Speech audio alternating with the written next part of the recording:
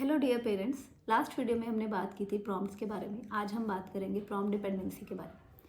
सबसे पहले प्रॉम्प्ट्स क्या होते हैं। जब भी हम अपने बच्चों को कुछ भी नया सिखाना चाहते हैं तो उसमें हम जिस भी तरह की हेल्प उन्हें कर रहे हैं उसे हम प्रॉम्प्ट कहते हैं। प्रॉम्प्ट्स के बारे में अगर आप डिटेल से जानना चाहते हैं तो उसका लिंक आपको डिस्क्रिप्शन बॉक्स में मिल जाएगा, जिसमें मैंने बताया है कि किस तरह के प्रॉम्प्ट्स हम यूज़ करते हैं अपने बच्चों को कुछ भी नया सिखाना चाहते हैं, कोई भी स्किल, कोई भी बिहेवियर। तो हमारे पास कौन कौन से प्रॉम्प्ट्स हैं जो जनरली हम यूज़ करते हैं अपने बच्चों के लिए। आज की वीडियो में हम बात करेंगे प्रॉम्प्ट डिपेंडेंसी क्या होती है। बहुत बार जब हम बच्चों को प्रॉम्प्ट्स की हेल्प से कुछ भी नया स्किल सिखाते हैं तो ऐसे में बच्चे धीरे धीरे उन प्रॉम्प्ट्स के ऊपर डिपेंडेंट हो जाते हैं और फिर हमें अपने बच्चों के प्रॉपर रिस्पॉन्सेज के लिए उन प्रॉम्प्ट्स को ही यूज़ करना पड़ता है। एबीए में प्रॉम्प्ट्स को बहुत ज़्यादा यूज़ करते हैं। हम भी अपने यहाँ जब बच्चों को स्पीच या एजुकेशन सिखा रहे हैं तो उस समय प्रॉम्प्ट्स की हेल्प लेते हैं। बट हमें इस बात का भी ध्यान रखना है कि धीरे धीरे हमें उन प्रॉम्प्ट्स को ख़त्म करना है ताकि हम अपने बच्चों को में वो स्किल अच्छे से डेवलप कर सकें, उनके रिस्पॉन्सेस को अच्छे से हम रिसीव कर सकें। क्योंकि ऑटिज़म में या किसी भी अदर न्यूरोलॉजिकल डिसऑर्डर में हम अपने बच्चों की इंडिपेंडेंसी का खास ध्यान रखते हैं। हमारा सबसे इम्पॉर्टेंट गोल होता है उनकी इंडिपेंडेंसी। बच्चे जितना भी सीखें एटलीस्ट वो उसमें इंडिपेंडेंट भी हों। पर ऐसा बहुत बार देखती हूँ मैं अपने यहाँ, जब बच्चे आते हैं तो बच्चों को पेरेंट्स कहते हैं बहुत सारी चीज़ें आती हैं, बट अगर जब हम उनके रिस्पॉन्सेज को चेक करते हैं तो बच्चे उनके लिए काफ़ी हद तक प्रॉम्प्ट्स के ऊपर डिपेंड करते हैं। अगर हम एजुकेशन की बात कर रहे हैं तो शुरू में हो सकता है हम उन्हें फिजिकल प्रॉम्प्ट दें, बट फिर उसके बाद हमें उन प्रॉम्प्ट्स को धीरे धीरे ख़त्म करना है या शिफ्ट करना है। हम हमारे यहाँ पहले प्रॉम्प्ट्स में बच्चों को शिफ्ट करते हैं। जैसे कि अगर मैंने फिजिकल प्रॉम्प्ट से स्टार्ट किया है तो उसके बाद में बच्चों को गेस्चर प्रॉम्प्ट या फिर वर्बल प्रॉम्प्ट, फिर धीरे धीरे पार्शियल प्रॉम्प्ट पर लेके जाती हूँ ताकि बच्चों के रिस्पॉन्सेज हमारे पास उसी तरह से हमें मिलते रहें और धीरे धीरे हम उन प्रॉम्प्ट्स को ख़त्म करते रहें और हमारा बच्चा जितना भी सीख रहा है उसमें साथ साथ इंडिपेंडेंट भी होता रहे। बच्चों के प्रॉम्प्ट्स को फेड अप करने के लिए हम किस तरह से क्या टेक्निक्स यूज़ कर सकते हैं या किन बातों पर ध्यान हमें रखना है, इसके लिए मैं आपको नेक्स्ट वीडियो में बताऊंगी। आज की वीडियो में हमारा सबसे इम्पॉर्टेंट टॉपिक है कि हमें इस बात का खास ध्यान रखना है कि जब भी हमारा बच्चा कोई भी नई चीज़ सीख रहा है, चाहे वो हमारे साथ हो या फिर किसी भी थेरेपी सेंटर में, तो हमें इस बात का भी ध्यान रखना है कि हमारा बच्चा कितना इंडिपेंडेंट हो रहा है या फिर वो अपने रिस्पॉन्सेज के लिए किसी स्पेसिफिक एनवायरनमेंट में या किसी स्पेसिफिक पर्सन के साथ ही उसके प्रॉपर रिस्पॉन्स मिलते हैं या स्पेशल प्रॉम्प्ट्स की ही ज़रूरत हमें पड़ती है हमेशा उसके रिस्पॉन्सेज को लेने के लिए। अदरवाइज़ हर एनवायरनमेंट में, हर सिचुएशन में बच्चा हमें प्रॉपर रिस्पॉन्स नहीं दे पाता।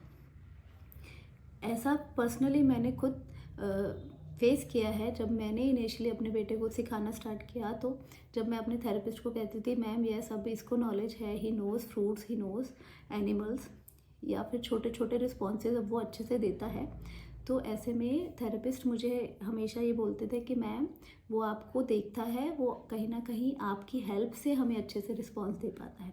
अगर आप नहीं हैं तो उसके रिस्पॉन्सेज इतने बेटर नहीं हैं। तो इट मीन्स उस समय समझना मुश्किल था, बट जब मैंने खुद प्रैक्टिस किया तब मैंने ये चीज़ बहुत अच्छे से समझी एंड नोटिस की कि यस, कि मेरा बच्चा कहीं ना कहीं प्रॉम्प्ट्स मुझसे ले रहा था, मेरी आइज़ से या मेरे छोटे छोटे वर्बल गेस्चर्स, कई बार पार्शियल गेस्चर्स को वो पकड़ता था एंड देन वो रिस्पॉन्स देता था। और वो इतने अच्छे से मुझे समझता था कि उस चीज़ के लिए उसे ज़्यादा समय भी नहीं लगता था, जिसकी वजह से मेरे लिए समझ पाना मुश्किल होता था कि वो उस चीज़ को अच्छे से सीख पाया है या नहीं, या फिर वो मेरी तरफ देख रहा है इसलिए उसके आंसर्स इतने अच्छे हैं। तो हमेशा जब भी आप अपने बच्चे को कोई भी नई स्किल सिखा रहे हैं या फिर किसी भी सेंटर से या किसी भी प्रोफेशनल की हेल्प ले रहे हैं उसे कुछ भी सिखाने के लिए, तो हमें उसकी इंडिपेंडेंसी का भी खास ध्यान रखना है। हमें ये चीज़ हमेशा ध्यान रखनी है कि वो उनके ऊपर या किसी खास सिचुएशन, किसी खास प्रॉम्प्ट के ऊपर डिपेंडेंट ना हो अपने रिस्पॉन्सेज के लिए, बिकॉज अल्टीमेटली हमारा गोल उनकी इंडिपेंडेंसी है। और कहीं ना कहीं प्रॉम्प्ट डिपेंडेंसी हमारे लिए सबसे बड़ा बैरियर हो जाता है जब भी हम बच्चों की इंडिपेंडेंसी की बात करते हैं। फिज़िकल प्रॉम्प्ट्स अगर हम अपने बच्चों को दे रहे हैं तो उन्हें हमें सबसे जल्दी ख़त्म करना है। इसी तरह और भी बाकी प्रॉम्प्ट्स हमें कोशिश करना है बच्चों में, बच्चे हर एनवायरनमेंट में, अगर मेरा बच्चा कोई स्किल सीख चुका है तो वो हर एनवायरनमेंट में या फिर मल्टीपल 2 से ज़्यादा एनवायरनमेंट्स में हमें अच्छे रिस्पॉन्सेज दे रहा है, जिससे कहीं ना कहीं बच्चे को एक अपने ऊपर भी कॉन्फिडेंस आता है और उसको उसकी इंडिपेंडेंसी भी और बेटर होती है। और हम भी कहीं ना कहीं काफ़ी हद तक रिलैक्स होते हैं जब हमारा बच्चा इंडिपेंडेंटली कोई भी नई चीज़ सीखता है, परफॉर्म करता है और हमें पता चलता है कि हमारे बच्चे का प्रोग्रेस सही हो रहा है, उसकी इंटरवेंशन सही हो रही है।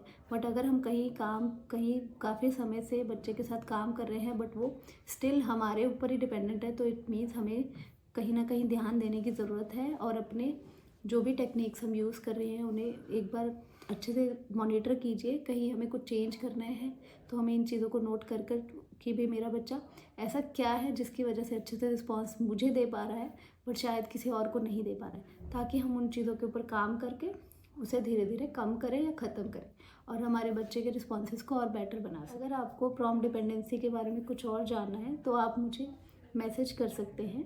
आपको हमारे कॉन्टैक्ट डिटेल्स डिस्क्रिप्शन बॉक्स में मिल जाएंगे।